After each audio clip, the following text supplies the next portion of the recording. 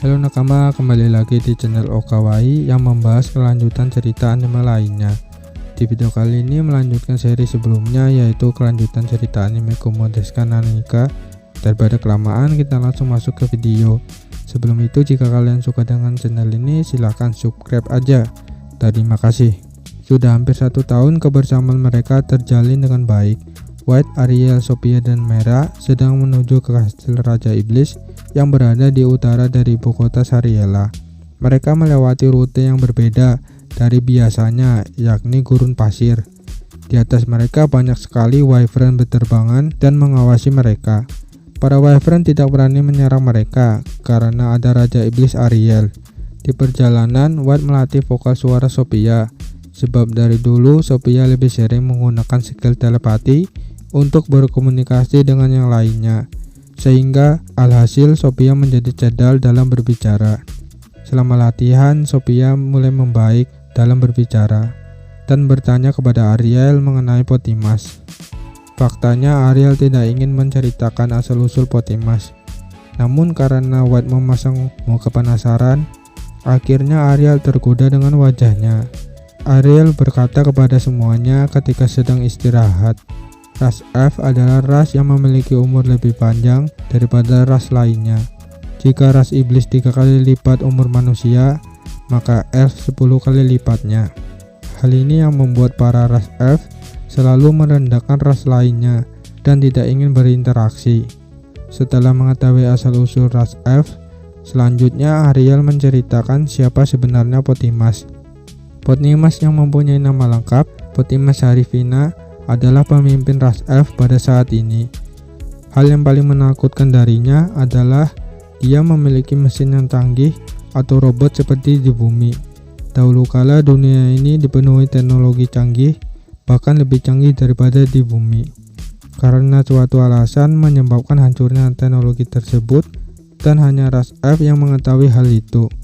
Itu semua adalah cerita kuno dari turun-temurun, dan sampai saat ini tidak ada satupun ras lain yang berhasil menemukan reruntuhan pada zaman itu. Hanya Potimas lah yang berhasil mencapai ilmu pengetahuan itu, tapi bagiku masih belum sempurna. Jadi perlu waktu seperti di bumi yang tadinya naik sepeda, sekarang naik mobil, kata Ariel. White yang mendengarkan perkataan itu merasa bingung mengapa Ariel mengetahui keadaan di bumi. Kemudian Ariel berkata, aku bingung mengapa Potimas mengincar Sophia. Apa yang akan dilakukan oleh Potimas dengan para reinkarnasi? Kata Ariel kepada yang lainnya. Jika terus dibiarkan, maka Potimas akan sangat berbahaya.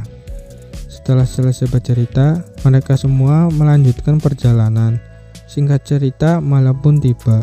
Ariel terus melatih vokal suara Sophia, begitupun dengan laba-laba boneka milik Ariel.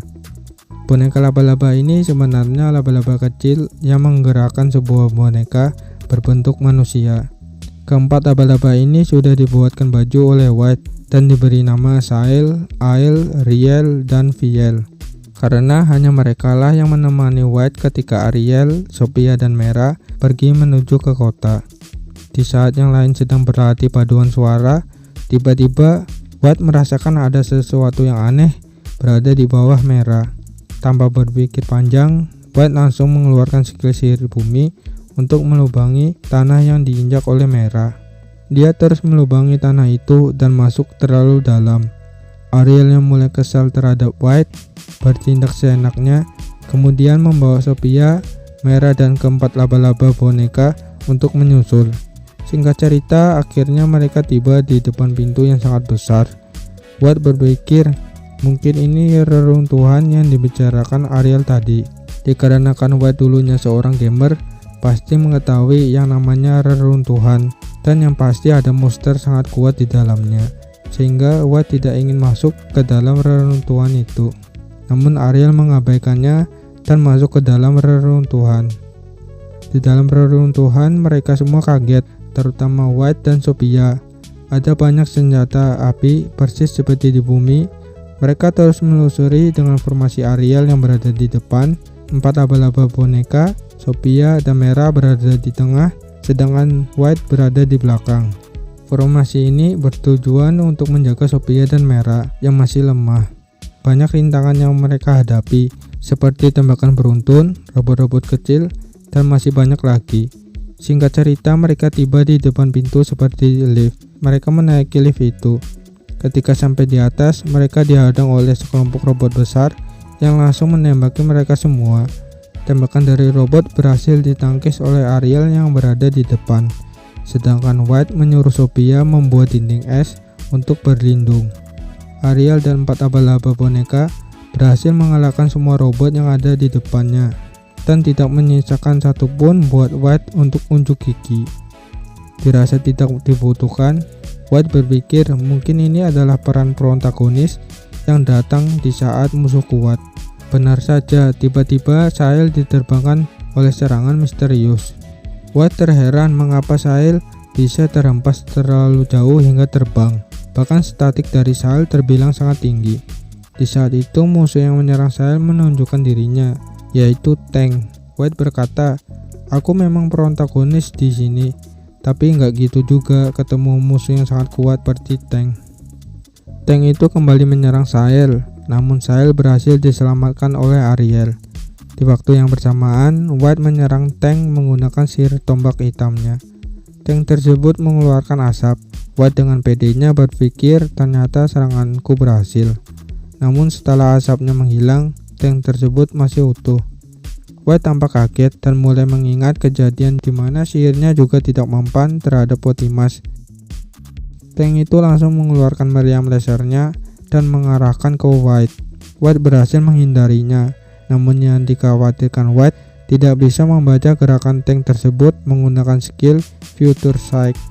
Dalam kondisi ini, White hanya bisa menghindari serangan dari tank. White berpikir jika terus-menerus menghindar, tidak ada habisnya, yang ada nanti pasti akan mengenai sasaran. Di saat itu, sabit yang dipegang oleh White mengeluarkan cahaya putih. White yang tadinya bingung pada fenomena ini akhirnya menyadari dia saat ini memiliki skill baru, yaitu Sightimanship. Skill ini sudah dia gunakan saat melawan pikiran paralelnya sendiri.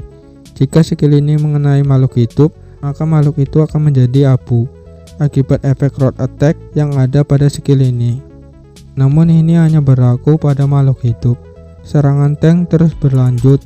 White yang mulai kehabisan akal, kemudian menyerang tank itu dengan senjatanya. Dan ternyata tank tersebut terbelah menjadi 2 bagian dan langsung menjadi debu. White tidak habis pikir, ternyata skill ini bisa berlaku selain makhluk hidup. Ini pasti berkat Dee yang memberikan skill wisdom kepada White. Bagi yang lupa Dee, dia adalah administrator yang berada di dunia ini. Lebih gampangnya disebut sebagai dewa. Setelah tank menjadi abu, tiba-tiba tempat itu bergetar sangat kuat dan mengeluarkan alarm yang sangat keras. Ariel dan White mulai merasakan bahaya melalui skill mereka dan memutuskan kabur dari tempat itu. Ketika mereka sampai di lubang lift, tempat itu mengeluarkan api yang sangat cepat. Ariel menggunakan skill kecepatan penuhnya dan White berada di belakangnya. White juga mengaktifkan skill kecepatan agar bisa terhindar dari api itu. Singkat cerita, mereka tiba di permukaan. Di permukaan, White hampir terkena cahaya api yang keluar dari tanah menuju ke langit. Betapa terkejutnya mereka melihat benda besar terbang di atas mereka. White berkata, "Itu pasti UFO." Sedangkan Ariel berkata, "Wow, luar biasa." Ketika mereka sedang menikmati, tiba-tiba datang naga berbentuk Pteranodon menghampiri mereka. Naga itu menyalahkan Ariel dan yang lainnya, tapi Ariel membantahnya dan menjelaskan bahwa ini bukan salah kami. Benda itu tiba-tiba keluar dari tanah. Naga tersebut tidak mempercayainya dan terbang ke atas langit. Di saat itu, White dan Ariel melihat sesuatu yang keluar dari bawah UFO tersebut. Dari kejauhan seperti serangga, namun ketika mendekat, ternyata itu adalah pesawat tempur. White langsung panik, sedangkan Ariel menyuruh mereka semua kabur dari sini. "Jujur, aku tidak bisa mengalahkan benda besar itu sendirian," kata Ariel sambil berlari. Singkat cerita, mereka semua termasuk naga berhasil bersembunyi dari UFO dan pesawat tempurnya. Ariel langsung mencekik naga itu dan menyuruhnya agar memanggil Gully. Bagi yang lupa dengan Gully atau nama lengkapnya Gully Distodis, Dia merupakan administrator seperti D. Naga tersebut sudah berusaha memanggil Guli, namun saat ini masih belum datang. White saat ini sedang mengobati luka Sail yang cukup parah. Tiba-tiba merasakan ada sihir portal di depannya. Ternyata yang ada di depannya yaitu Dustin. Arya menanyakan kedatangan Dustin, "Untuk apa kau kemari?" "Aku kemari untuk membantu apapun itu." Ariel hanya menghela nafas.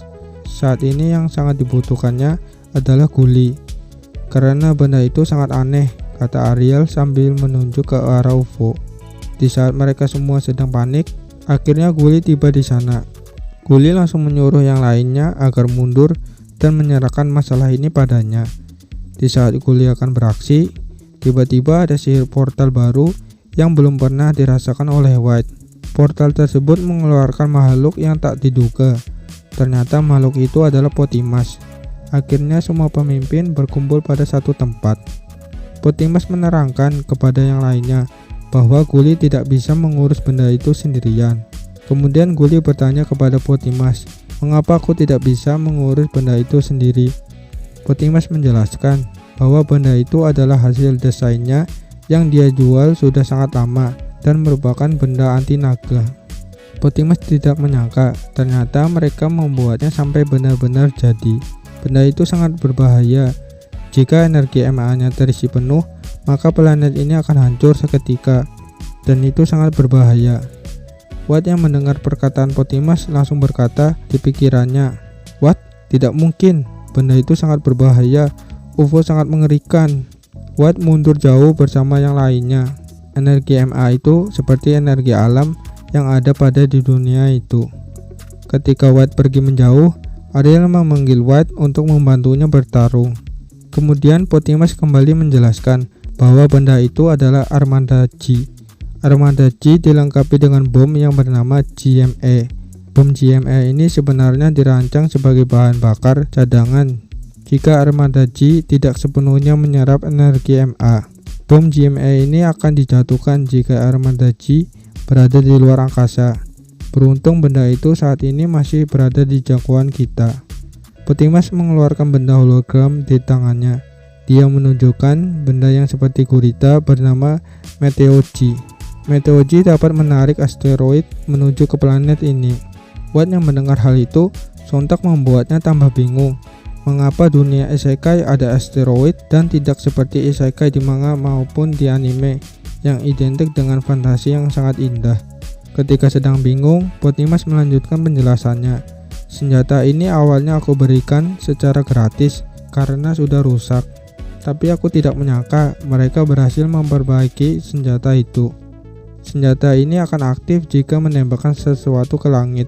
Kemudian, Potimas menanyakan hal itu kepada Ariel. Ariel lupa-lupa ingat dan akhirnya mengingatnya. White juga mengingatnya. Cahaya api tadi yang hampir mengenai White adalah tanda itu. Ariel mulai kesal setelah mendengar semua penjelasan Potimas. Dia menyalahkan Potimas atas kejadian ini. Namun, Potimas menganggap dirinya tidak bersalah karena dia hanya menjual desain dan bukan membuatnya. Sedangkan Dustin menganggap ini adalah kesalahan Ariel dan yang lainnya karena mengaktifkan sesuatu yang tidak seharusnya. Ketika mereka semua berdebat, Guli mencoba menengahi mereka dengan berkata, "Berarti aku harus mengurus benda yang ada di luar angkasa." Potimas sangat senang karena Guli cepat tangkap. Hanya Guli yang dapat menghentikan asteroid itu karena dia bisa bernapas di luar angkasa. Sedangkan sisanya mengurus Armada G, kata Potimas. Tim khusus anti UFO terbentuk. Potimas sebagai pemimpin karena dia lebih mengetahui Armada G daripada yang lainnya.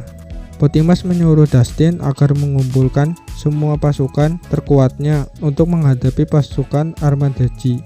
Ariel dan kamu di sana, yang dimaksud adalah White, akan masuk ke dalam Armada G.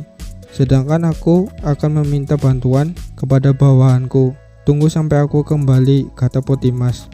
Ketika mereka berdua sudah pergi, Guli langsung terbang ke langit, dan yang tersisa adalah White, Ariel, naga angin yang bernama Yuvan, Sophia, Merah, dan 4 laba-laba boneka.